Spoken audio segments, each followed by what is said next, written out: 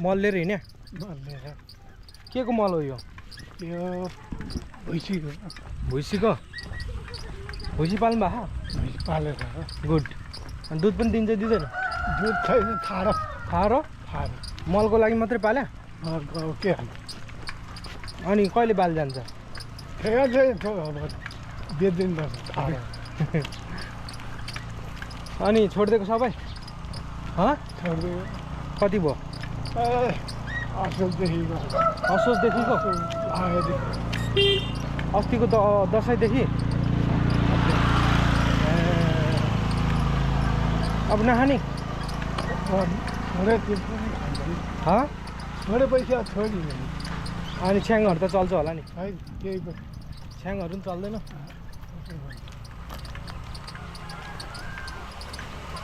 सबै छोडिदिएकै हो कट्टै अब नखाने ल गुड त्यसो भए अब आफ्नै काम विशेष हेर्ने अनि काम गर्ने कता केटीकेटीहरू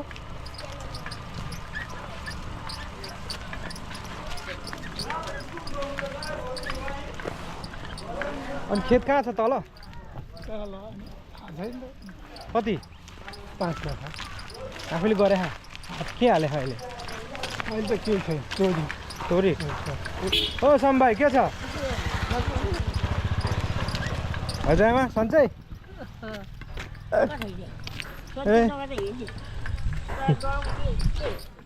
हिँड्दै घुम्दै ल त ल अरू सब ठिकठाक एकदम सुभाष दाईको के छ हालखबर ठिक छ सुभाष दाईको बाइकमा चढ्नुभयो चढिसक्यो कति खेप